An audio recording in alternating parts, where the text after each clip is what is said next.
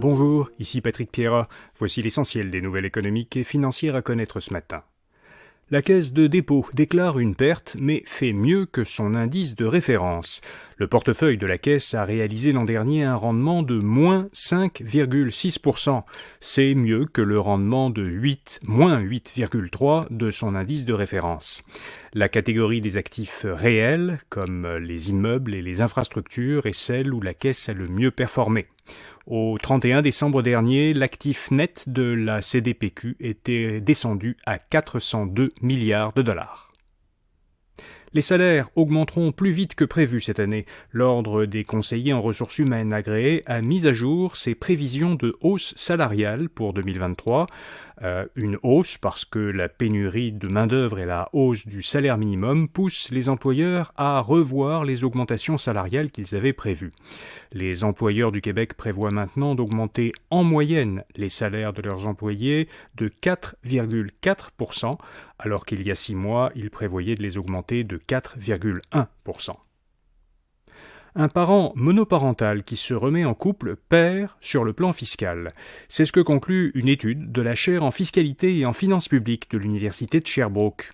Elle souligne que la décision de faire vie commune aura un impact sur l'admissibilité à certains crédits d'impôt et déductions fiscales, particulièrement lorsqu'un des conjoints a des enfants. Elle donne en exemple le soutien financier d'une famille avec un enfant de 3 ans.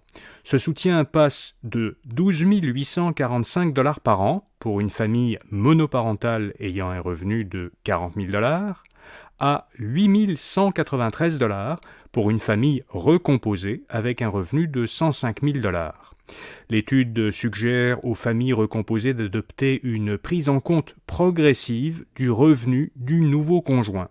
Par exemple, en tenant compte d'un tiers de son revenu seulement après 12 mois, de 2 tiers après 2 ans et de l'intégralité du revenu seulement après 3 ans de vie commune. Le Commissariat à la protection de la vie privée du Canada lance une enquête pour déterminer si le réseau social TikTok a obtenu un consentement valable de ses utilisateurs, l'autorisant à collecter, utiliser et communiquer leurs renseignements personnels. L'enquête concerne principalement les jeunes utilisateurs. Elle vise à protéger la vie privée des enfants, précise le commissariat. Elle vise aussi à s'assurer que TikTok, qui appartient à l'entreprise chinoise ByteDance, respecte ses obligations de transparence. Et puis, première acquisition en Europe pour le studio de jeux vidéo montréalais Behavior Interactive. Il achète le studio britannique SockMonkey qui compte 45 employés. Avec 1200 employés, Behavior se décrit comme le plus grand studio indépendant de jeux vidéo au Canada. Il a contribué à la réalisation de jeux de séries à succès comme Assassin's Creed et Tony Hawk Pro Skater. Son produit le plus populaire, le jeu d'action et d'horreur Dead by Daylight, a été utilisé par plus de 50 millions de joueurs.